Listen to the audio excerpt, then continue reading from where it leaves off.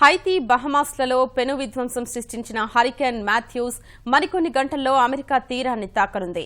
4వ శ్రేణి ప్రచండ తుపానైన మాథ్యూస్ తీవ్రత అత్యంత భారీ స్థాయిలో ఉంటుందని గుర్తించిన అగ్రరాజ్యం ప్రభావిత ప్రాంతాల్లో ప్రజల్ని ఖాళీ చేయిస్తోంది.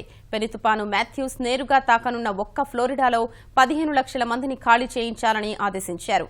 ఈ నేపథ్యంలో అమెరికా అధ్యక్షుడు ఒబామా ఫ్లోరిడాలో అత్యవసర పరిస్థితి ప్రకటించారు. మాథ్యూస్ హరికేన్ ప్రభావంతో హైతీలో మరణించిన వారి సంఖ్య 108కి చేరింది.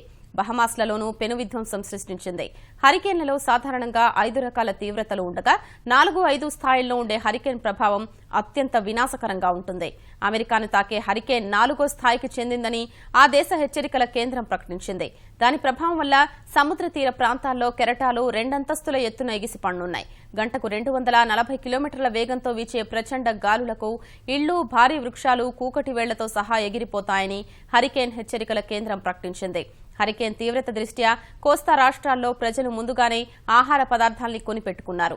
ఇళ్లు, దుకాణాల్లో ఎక్కువ నష్టం జరగకుండా చెక్కల్ని రక్షణ కవచంలా బిగుంచుకుంటున్నారు. దక్షిణ కరోలినా రాష్ట్రంలో అత్యవసర పరిస్థితిని ప్రకటించారు. స్థానికంగా విమానాశ్రయాల్ని మూసివేయాలని నిర్ణయించారు.